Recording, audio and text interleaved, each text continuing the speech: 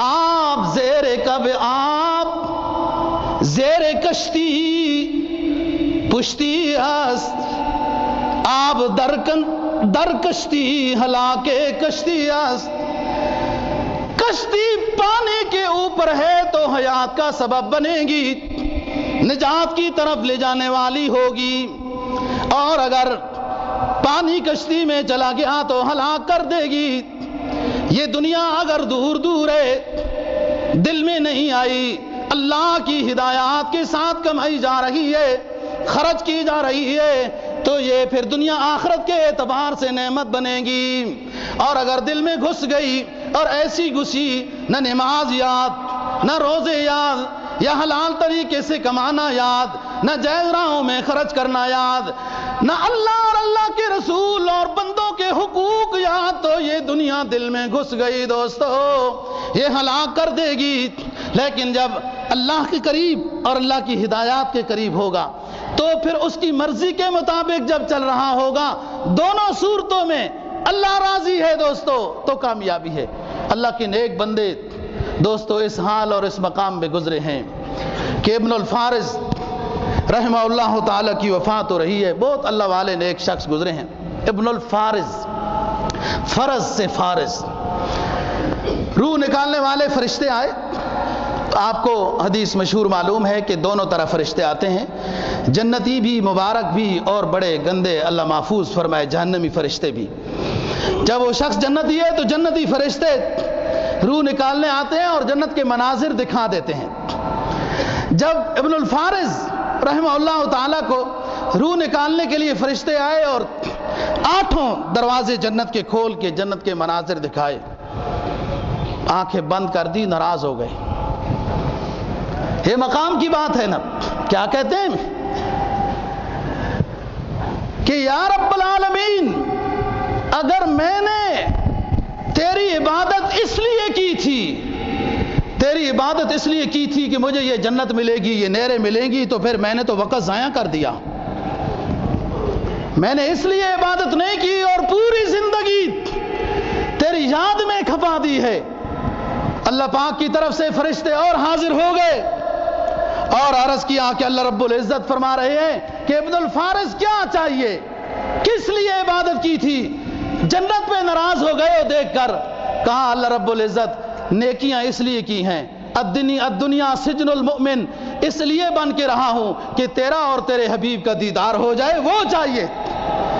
اس وقت جب جنت دکھائی فرشتوں نے 8 دروازے کھول کر، ابن الفارض ناراض ہوئے، آنکھیں بند کر دی۔ دوستو مقام کی بات ہے، یہ آپ کے اور میرے لیے نہیں ہے، یہ آپ اور میرے لیے سعادت کی بات ہے۔ اللہ نصیب فرمائے جب جنت کے دروازے کھول دیے جائیں تو ہم کہیں گے آمین الحمدللہ اللہم لک الحمد ولک الشکر۔ لیکن اللہ کے ولیوں کے مقام اونچے ہیں نا، وہ ناز نخرے کر سکتے۔